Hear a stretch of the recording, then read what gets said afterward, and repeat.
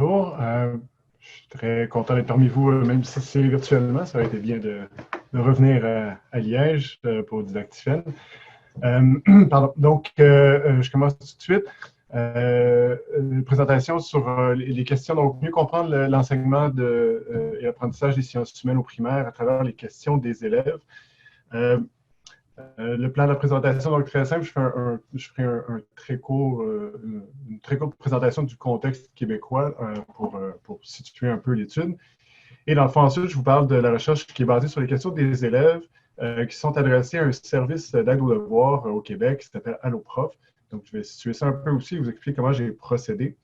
Si jamais vous voulez accéder à la présentation, vous avez en haut à l'écran à droite un code QR qui vous y donnera accès.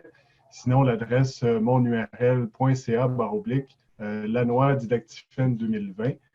Donc, vous pouvez la noter rapidement ou j'y reviendrai à la fin, là, mais vous pouvez d'ores et déjà y accéder à travers ces deux moyens-là. Pardon. Donc, les sciences humaines au Québec sont regroupées dans ce qu'on appelle le domaine de l'apprentissage de l'univers social. C'est une invention toute québécoise. À force de nous voir dans les congrès, vous devez commencer à savoir de quoi on parle ou quel est cet objet-là, l'univers social. Mais on invente des mots, on fait ça comme ça. Et au primaire, donc, dans ce domaine d'apprentissage-là, il y a un seul cours qui se donne sur 4 années, donc de 3e à la 6e année, donc pour les élèves de 8 ans à 12 ans, qui s'appelle Géographie, Histoire et Éducation de la citoyenneté. Dans ce cours-là, les élèves sont amenés à étudier chronologiquement l'histoire du Québec ou du territoire du Québec de l'an 1500, donc avant l'arrivée des Européens, jusqu'à 1980, c'est-à-dire l'époque à peu près là, des parents des élèves ou éventuellement des grands-parents des élèves. Ce programme-là prescrit l'apprentissage, le développement de 3 compétences. Il y a des contenus de formation qui sont précisés. Il y a aussi des critères d'évaluation, mais il n'y a pas de sanction ministérielle à ce niveau-là d'apprentissage. Donc, ça permet de situer aussi un peu le contexte, c'est-à-dire qu'on va prescrire des choses, mais il n'y aura pas de vérification externe. Et donc, les sanctions ministérielles, là, vous savez sûrement dans vos contextes, ça a des effets positifs et d'autres négatifs. Mais dans ce cas-ci, c'est un programme où les enseignants ont beaucoup de liberté. Bon, la recherche est ancrée dans un domaine assez large dans le principe de la littératie historique qu'on va retrouver dans les écrits de Virginie Martel au Québec, mais aussi de Jeffrey Notes aux États-Unis et le groupe qui gravite autour de Weinberg. C'est-à-dire la capacité de comprendre et de communiquer l'information par le langage et les concepts propres à une discipline. Donc, de cette idée-là de maîtriser les façons de faire à l'intérieur d'une discipline. Et, pour ce qui est de la littératie historique, l'enquête serait au cœur de cet apprentissage-là. Donc, c'est un peu l'apprentissage visé dans le meilleur des cas, dans le contexte.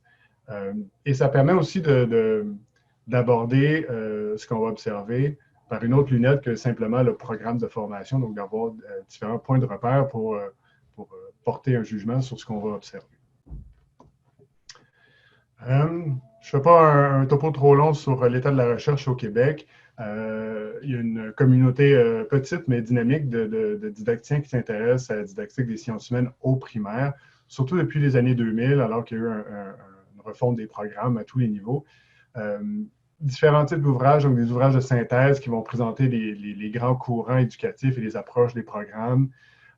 Beaucoup de recherches portent sur développent des dispositifs didactiques et vont chercher ils vont les appliquer en classe et vont discuter des résultats de ce que ça donne.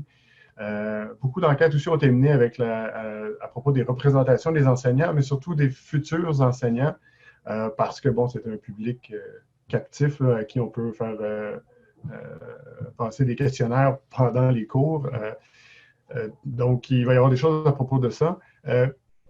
Quelques recherches empiriques, entre autres des thèses de doctorat là, qui portent avec des observations en classe et puis sur le développement d'éléments de la pensée historienne ou la conception de l'espace et du temps là, chez Julia Poirier. Donc, ça laisse un espace assez vaste d'inconnu. C'est-à-dire qu'on sait très, très peu de choses sur ce qui se passe effectivement en classe aujourd'hui en sciences humaines au primaire. Parce qu'il n'y a pas beaucoup de recherches qui vont chercher des données à ce sujet-là. Et bon, je ne sais pas si c'est comment dans les autres contextes, mais au Québec, c'est relativement difficile d'avoir des sujets qui veulent participer, donc des enseignants qui nous ouvrent la porte de la classe. Et donc, c'est là qu'est venue l'idée de travailler avec les questions d'Alloprof. Donc, cet organisme-là, c'est un organisme d'aide aux devoirs qui, par différents moyens, incluant un forum de discussion, une ligne où les élèves peuvent appeler, vont soutenir les élèves dans leur travail. Donc, pardon. Cette donnée-là, donc, a un certain intérêt, un intérêt grand, je pense. Entre autres, parce que je vais vous présenter, il y a comme 2 corpus. Le premier, c'est 400 questions posées sur le forum Géographie-Histoire au primaire. L'intérêt de ça, c'est que, bon, les élèves qui ont posé ces questions-là, les questions sont spontanées, ils émergent d'un vrai besoin de l'élève, pas d'un chercheur qui lui pose des questions, qui est en entrevue. Donc, il y a une certaine authenticité à cette donnée-là. Par contre, c'est difficile de définir le contexte très précis parce que justement, on ne peut pas poser de questions à l'élève pour dire pourquoi tu m'as posé cette question-là, quelle est ta difficulté. Mais c'est une petite fenêtre ouverte sur ce qu'on demande de faire aux élèves. Bon, j'ai commencé, vous allez voir un peu plus dans la deuxième partie de la présentation, à analyser aussi les appels téléphoniques que les élèves logent à ce service-là. Les appels, alors, sont beaucoup plus riches, plus complexes à interpréter. Mais là, on a beaucoup plus d'informations sur le contexte. Hein. Pourquoi je suis en train de faire ça? Parce qu'il y a une interaction entre l'enseignant qui répond au téléphone et l'élève qui appelle. Et donc, on va être capable d'identifier beaucoup plus d'éléments du contexte. Ceci dit, tout ça est très, très exploratoire. Hein. Ce serait difficile de prétendre qu'avec des appels téléphoniques, on peut juger ou cerner exactement ce qui se passe en classe.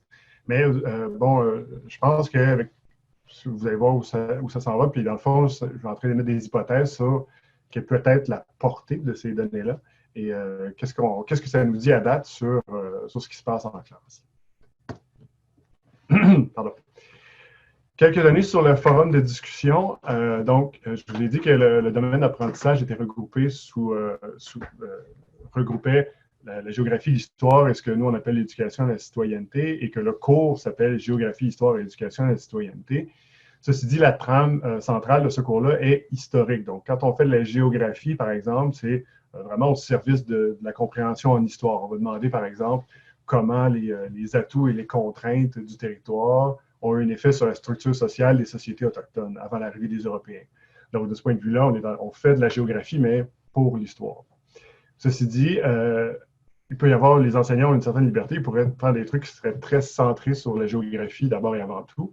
Mais parce que les questions, on fait seulement que répertorier les questions, on voit que la très vaste majorité des questions portent sur les sujets d'histoire.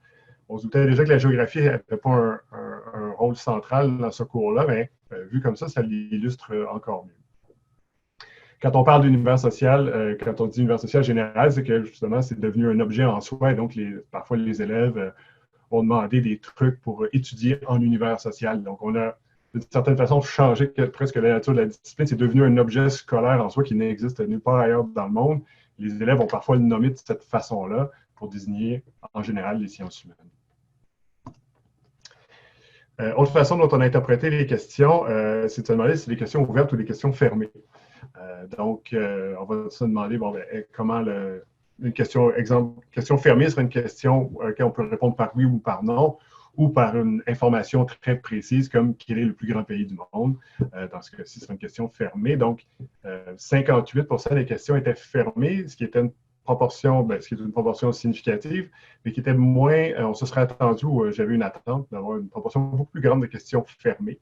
Donc, on en a de plus en plus qui sont ouvertes. Ça fait une base, au moins, on se dit, il n'y a pas seulement que de la recherche d'informations nominatives. Les questions ouvertes ont au moins le potentiel de mener vers une recherche ou un travail documentaire peut-être un peu plus élargi. Ceci dit, on est quand même au primaire, il faut aussi que nos attentes soient calibrées par rapport à l'âge des élèves. Avec une catégorisation qui avait été élaborée par Ventry et Van Boxtel au préalable, c'est de catégoriser les mêmes questions à l'intérieur de ces catégories-là, donc description, causalité, comparaison et évaluation. Donc, description, ça dit ce que ça dit. Dans le fond, on va décrire simplement des phénomènes. Causalité, on va s'interroger sur les causes et les conséquences. La comparaison, qui est utile aussi en histoire pour comparer des phénomènes entre eux, c'est intéressant. Et l'évaluation, qui serait, bon, vous avez un exemple de question d'évaluation. Quelle est l'ampleur du développement hydroélectrique entre 1900 et 1980? Donc ici, on serait dans un type de questionnement qui, non seulement qui cherche pas seulement une cause ou une conséquence, mais qui va sous-peser, par exemple, l'ampleur d'un phénomène ou l'importance des causes d'un phénomène. Donc, on a eu très peu de questions sur ça, donc majoritairement dans la description. Si je fais une comparaison avec les compétences qui sont prescrites au programme de formation au Québec, on a 3 compétences, donc lire l'organisation d'une société qui serait vraiment essentiellement descriptive, interpréter le changement, où là, on va amener l'élève à se questionner sur la causalité des événements et leurs conséquences, et s'ouvrir à la diversité, où là, on va comparer des sociétés entre elles. Par exemple, à une même époque, on va dire, bon, ben, on est dans une période d'industrialisation intense, et on va comparer comment le Québec et, par exemple, la société de la côte ouest canadienne vit différemment l'industrialisation. Donc, si on fait cette comparaison-là, les sujets, 64% des sujets des questions sont axés sur la compétence 1, mais 72% des questions sont de nature descriptive. Donc, ça nous laisse entendre que même quand on s'intéresse aux autres compétences, en théorie, on touche à des sujets parce qu'on pourrait parler on pourrait demander quelle est la cause du changement sans être en état descriptif. Finalement, ce que j'essaie de dire, c'est que parfois, même quand on est dans un sujet qui devrait porter sur le changement, on est en train de décrire le changement et pas d'interroger la cause, la réelle causalité des événements. Ce qui est aussi pas si surprenant, mais ça permettait un peu de l'illustrer comme ça. Donc, ce sont quelques constats qui provenaient des questions qui ont été posées sur le forum de discussion. Les appels téléphoniques, maintenant, bon, juste pour préciser, ça fait seulement quelques semaines qu'on a commencé à dépouiller les appels téléphoniques, à les analyser. On a choisi un échantillon des 6 premiers mois d'archives pour essayer, dans le fond, de se faire une idée sur quel était cet objet-là, parce que c'est un objet assez particulier comme corpus de données. Moi, je n'avais jamais interprété ça avant, donc il n'y a pas beaucoup de choses qui sont faites là-dessus. Donc, on est vraiment dans une phase aussi de fixer le codage et la méthode d'interprétation de ces données-là. Donc, ce que ça nous dit d'abord, c'est qu'environ 2% des appels logés au service d'aide aux devoirs aux profs portent sur un sujet de sciences humaines. La très vaste majorité porte sur des questions de mathématiques et de français.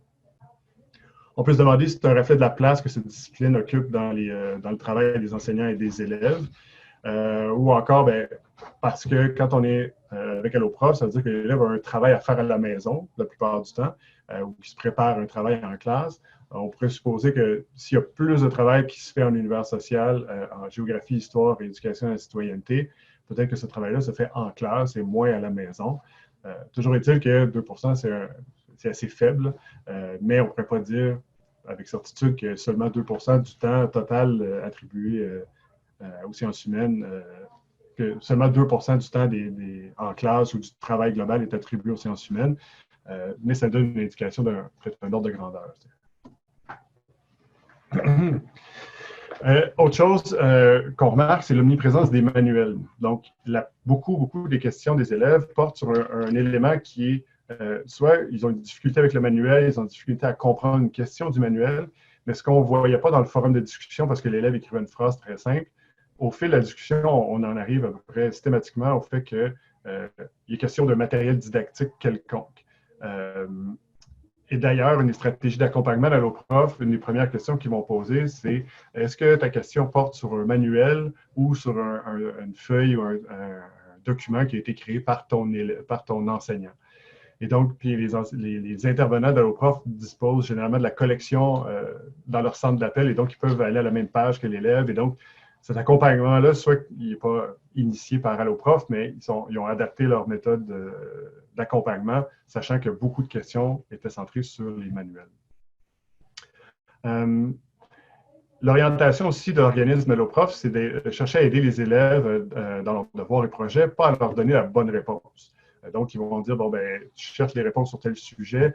C'est pas un dictionnaire au téléphone qui dit en quelle année a été fondé Québec, des choses comme ça. Donc, ils vont dire, ben, si un élève pose une question de ce type-là, ils vont dire, bon, ben, qu'est-ce que tu as comme ressource pour répondre à ta question? Pardon. C'est quoi l'objectif de ton travail? Ils vont poser des questions plus larges pour donner des stratégies à l'élève pour réussir son travail, pas nécessairement lui donner la bonne réponse. Ce qui est marquant, dans le fond, c'est que les questions des élèves portent à peu près systématiquement sur des connaissances et pas sur des processus ou des démarches. Donc, des exemples de questions, les Irlandais sont de quelle religion? Est-ce qu'ils sont catholiques ou protestants? C'est quoi l'impact de l'arrivée des Européens en Amérique?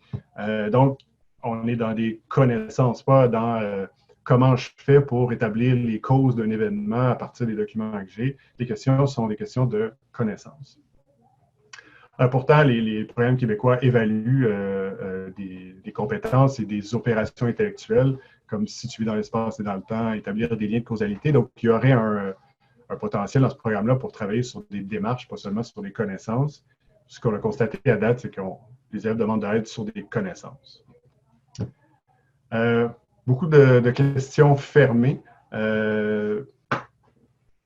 surtout sur des sujets historiques. Et surtout directement tiré du manuel, du matériel didactique ou que ce soit un manuel commercial ou quelque chose qui est élaboré par l'enseignant. Ça nous amenait à penser que, et là j'arrive dans une zone où s'il y a des didacticiens des maths ou plus versés que moi dans la didactique des mathématiques, ça va mener à faire certains emprunts du côté de la didactique des mathématiques, entre autres sur le niveau d'évolution. Donc, parce qu'on sent que l'élève relaie l'information, il ne s'est pas approprié, il n'est pas en train de faire une enquête plus globale en disant ben, je fais une recherche sur tel sujet et là je bloque sur telle chose. C'est vraiment j'ai un cahier et j'ai une question, voici. Et donc, l'élève n'est pas investi du tout de ce travail-là. Et donc, le concept de dévolution me semblait répondre à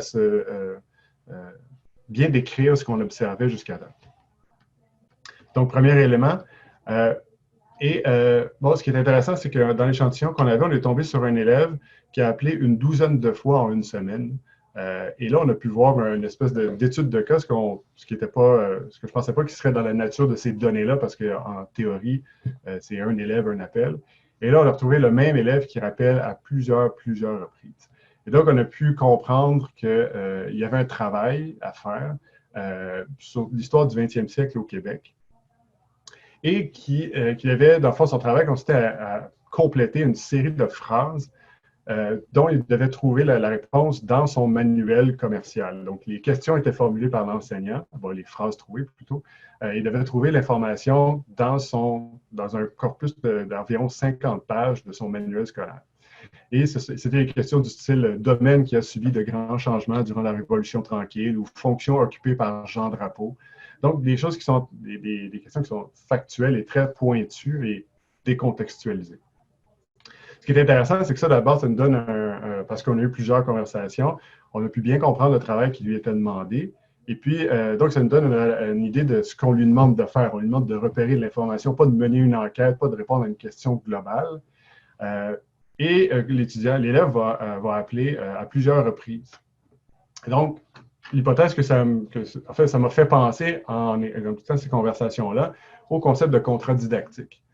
Donc, dans lequel on demande à l'élève de repérer de l'information plus ou moins contextualisée. Ça correspond aussi à une très faible dévolution du problème par l'élève. Et donc, l'élève semblait bien installé dans cette relation-là avec son enseignant de repérage d'informations. Et comme il a parlé aussi à différents intervenants, donc on a eu une espèce de confrontation entre ce que l'enseignant, le répondant d'Alloprof, pense que devrait être sa représentation de ce que devrait être l'apprentissage des sciences humaines et ce qu'on demande de faire à l'élève. Et donc, les différentes réponses des intervenants sont intéressantes parce qu'elles montrent des confrontations entre ça. Donc, certains répondants vont juste jouer le jeu et donner directement la réponse à l'élève quand tu vois que ça fait plusieurs fois qu'il appelle, l'appel s'étire en longueur, va durer jusqu'à 20 minutes parfois. À un moment donné, il va se mettre à donner la réponse. Regarde, il y a certains répondants qui vont insister pour donner des stratégies, mais en fait, et l'élève résiste vraiment à cette démarche-là, parce que lui, il sait ce qu'il a à faire, c'est-à-dire répondre à une série très longue de questions, repérer de l'information. Il n'est pas à la recherche de stratégie, il est à la recherche de réponse. Donc, ce qui va arriver, c'est que l'élève souvent va raccrocher, il va rappeler un autre intervenant dans l'espoir de trouver quelqu'un qui va lui donner des réponses. Donc, il va entrer dans le contrat didactique dans lequel lui se trouve avec son enseignant. Minute encore? Oui, merci. Et donc, ce qui est intéressant, c'est que bon, on va prendre, certains autres vont aller à mi-chemin, vont aider l'élève à essayer de lire le texte, dire lis-moi cette page-là, peut-être qu'il y a de l'information dans ça, mais pas vraiment dans la perspective de stratégie. Tandis que d'autres vont donner, puis là, on est encore dans la didactique des mathématiques, puis j'étais tombé dans ce domaine-là. On va avoir l'effet topaz, c'est-à-dire que le répondant, le prof, va donner des indices à l'élève, va donner des petits indices jusqu'à temps que l'élève, finalement, devine, et pas comprenne, mais devine la bonne réponse. Et on est véritablement ici dans une perspective de bonne réponse. Et donc, l'analyse le plus grand corpus nous dira si c'est répandu, mais ça nous donnait l'idée que ce corpus-là pouvait mener à définir peut-être les grandes lignes d'une espèce de contrat didactique et d'essayer de voir s'il est répandu ou pas dans les classes. Ce qui serait, dans le fond, il permettrait d'émettre des hypothèses un peu plus intéressantes pour, évidemment, l'objectif, ce serait d'aller observer en classe et de questionner ces façons de faire-là et de voir pourquoi ils ont été implantés. Est-ce que c'est parce que les enseignants sentent qu'ils n'ont pas de capacité ou de moyens pour faire mieux ou différent? Est-ce que c'est une stratégie de survie? Donc, l'analyse des appels pour nous permettre d'avoir une espèce d'hypothèse de base pour aller observer en classe, ce qu'on n'a pas beaucoup fait dans la littérature au Québec. Donc, il y a les références ici. Je peux peut-être vous remettre le lien là, pour quelques instants, si vous voulez le vérifier. Ici, monurl.ca/Lanois Didactifène 2020. Donc, ce serait ça pour moi.